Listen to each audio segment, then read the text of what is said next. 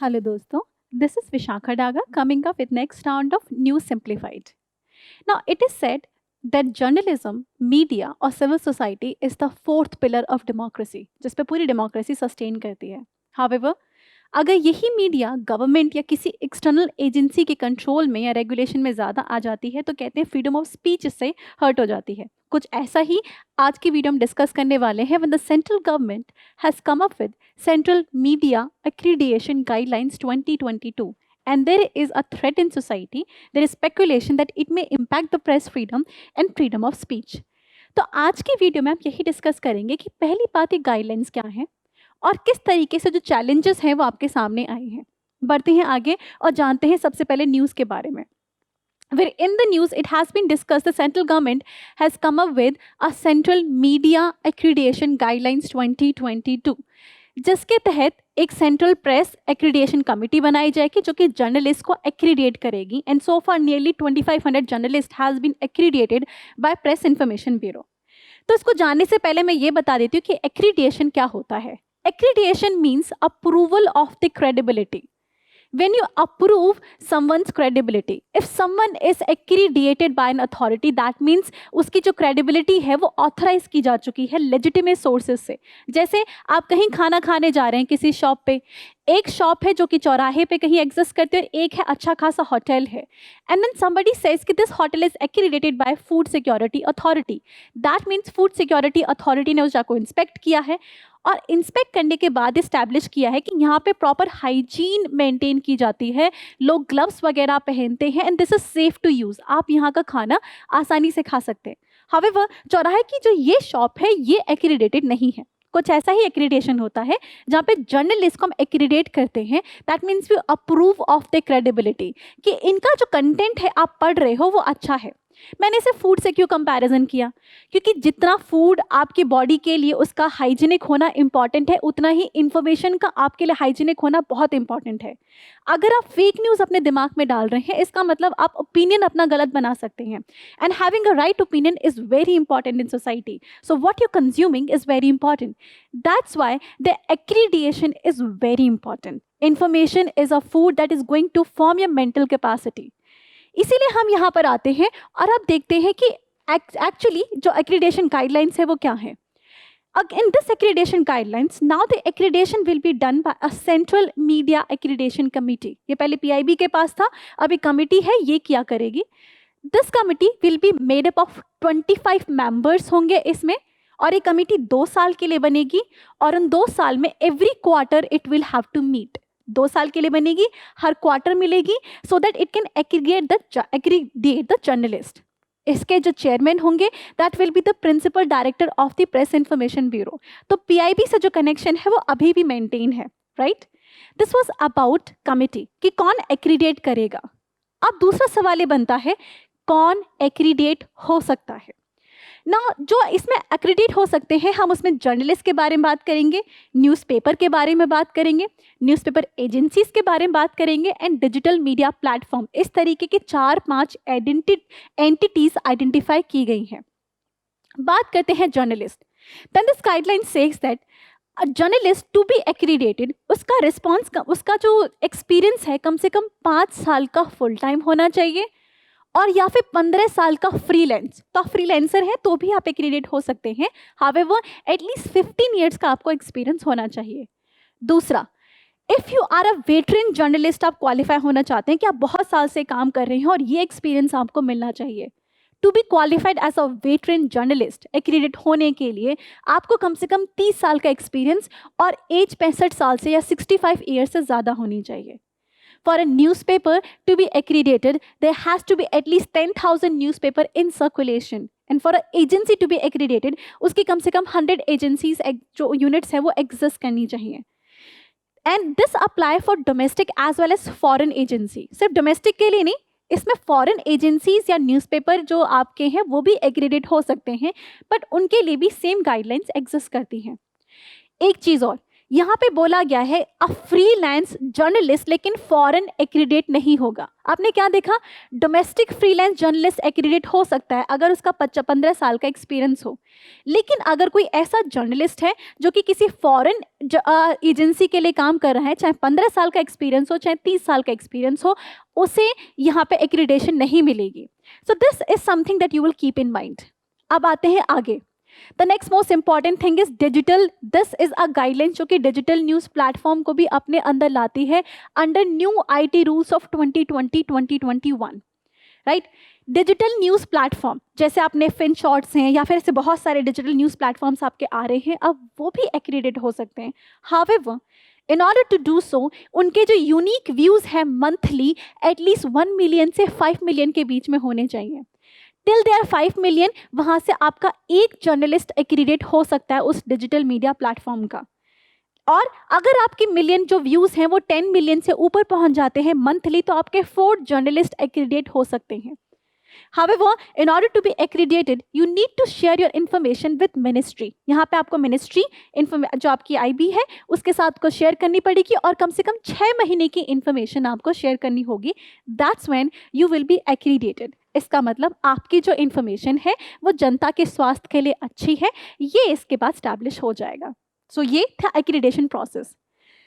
अब ये जानते हैं लेकिन इसमें चैलेंजेस कहाँ से आए। अगर इससे इस पूरे प्रोसेस से ये पता चल जाएगा कि कौन सा जर्नलिस्ट अच्छा है तो ये तो अच्छी बात है ना। The problem arises when we understand how this accreditation can be suspended, कि अगर आपको एक्रीडेशन दे रखा है लेकिन हम गवर्नमेंट इसको सस्पेंड कर सकती है, किन किन ग्राउंड पे पहले ये जानते हैं और कौन कर सकता है। तो पहला ये है, इसमें सेंट्रल एक्रीडेशन कमिटी इसमें करेगी, and in committee most of the members are actually appointed by the government. तो हु इज डूइंग दिस, सबसे पहले ये जानना है कि कौन करेगा। तो सेंट्रल एक्रीडेशन कमिटी आपकी करेगी जिसके most of the member government ने ही अपॉइंट किए हैं। नेक्स्ट, ऑन द ग्राउंड जिसके बेसिस पे आपका एक्रीडेशन सस्पेंड हो सकता है, and these are if you threaten the national security, integrity, sovereignty and relations with the foreign countries. इस तरीके के एक्सेप्शन आपने फंडामेंटल राइट में भी पढ़े हैं। Second ground, if you are hurting by any means public order, morality या decency, आप कोई ऐसी लैंग्वेज यूज़ करें जो कि पब्लिक को सूट नहीं करती, आपने वुमेन के अगेंस्ट भद्दी लैंग्वेज यूज़ की या एंटाई कास्ट अगर आपने रिमार्क मारे, तो भी आपको क्या होगा, आपका जो जर्नलिस्ट जो आपका एक्रीडेबिलिटी है वो सब छीन ली जाएगी। तीसरा, अगर आप किसी कॉग्निजेबल ऑफेंस में काम करते हैं, मतलब you have done something which is cognizable like rape, domestic violence and anything, तो आपका खुद का कॉन्शियंस क्लियर नहीं है, आप सोसाइटी के कॉन्शियंस को क्या जगाओगे। In that case also the cognizable offence, your accreditation will be taken away from you, because आपकी पर्सनल क्रेडिबिलिटी वहाँ पे नहीं एग्जिस्ट करती। Other, if you incite violence, अगर आप रिलीजन के नाम पे ऐसे रिमार्क्स लेकर आ रहे हैं, जैसे तबलीगी जमात केस पे हुआ था कि so many communal cases were coming out, now in even that case आपका जो एक्रीडेशन है वो आपसे छीन लिया जाएगा। The next is if you engage in contempt of court and defamation. इसका फेमस एग्जांपल केरला में था जहाँ पे असेंबली ने ही जर्नलिस्ट से उनकी जो लाइसेंस है उस पर कोशिशें की थी रोकने की, बिकॉज दे सेड कि अपेरेंटली वो लेजिस्लेटिव मैटर के अगेंस्ट था या फिर कोर्ट के अगेंस्ट चले गए या फिर एमएलए को डिफेम किया था। In such cases also your license can be taken away, not license but the accreditation, your approval of the credibility will be taken away. That means you are not a credible journalist from there on. Last but not the least is that इसमें ये भी बोला गया है कि accreditation you have got, you cannot use it on social media कि so and so journalist is accredited, कि आप उसे अपने visiting card पे छपवा रहे हो कि हम तो accredited हैं। नहीं, जैसे हमारी फंडामेंटल राइट्स में किए भी है आर्टिकल 19 और उन सब में कि आपके पास जो टाइटल है प्लीज़ आप उन्हें ना छपवाएं, ज़्यादा ना यूज़ करें, ऐसा ही एक्रीडेशन के साथ भी है कि you can not use on digital social media platform. बढ़ते हैं आगे और जानते हैं कि एक्रीडेशन एक्चुअली इंपॉर्टेंट क्यों है, बिकॉज इसकी इंपॉर्टेंस जानने के बाद आप इसके चैलेंजेस को समझ सकते हैं। अगर इसके इंपॉर्टेंस जानने हो तो सबसे पहले ये है कि this is important because it increase the accessibility of a journalist. कोई भी जर्नलिस्ट लोकल और इंटरनेशनल और सबसे इंपॉर्टेंट नेशनल न्यूज़ को कवर करना चाहता है। If you are an accredited journalist तो आपकी एक्सेसिबिलिटी बढ़ जाती है। क्यों?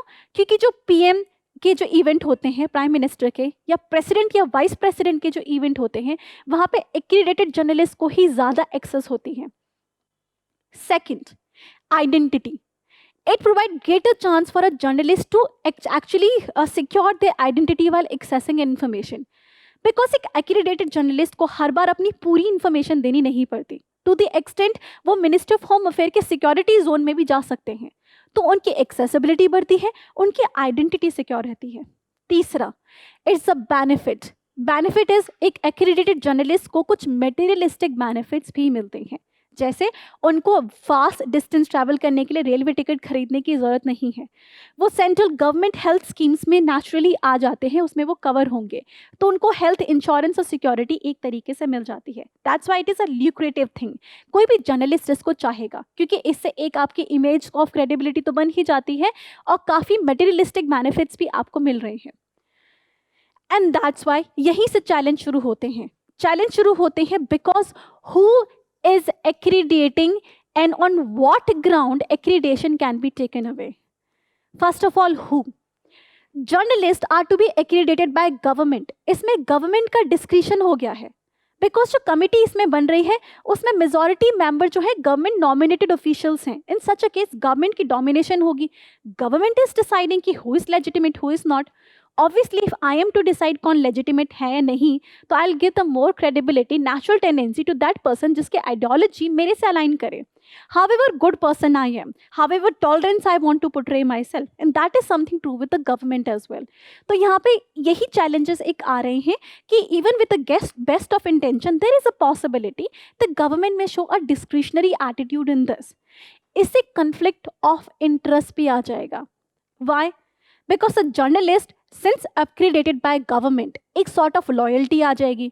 However, government की inherent, जो journalist की inherent duty होती है, it is about being critical of the government policy. उसमें fault ढूंढने हैं जिससे कि इनको ठीक किया जा सके. That's why conflict of interest हो जाएगा उनके core function के साथ. Next is, there is a lack of objectivity in the entire framing of guidelines, because public order, morality, decency can be interpreted to have as many, like कितनी भी wider उसकी आप domain बढ़ा सकते हो. That's why it is saying कि objectivity is lacking in this, which will impact the journalistic freedom as well. Because कभी हद तक इन्वेस्टिगेटिव जर्नलिस्ट करने के लिए एक नॉर्मल प्लेग्राउंड से बाहर निकल के जर्नलिस्ट को खेलना होता है.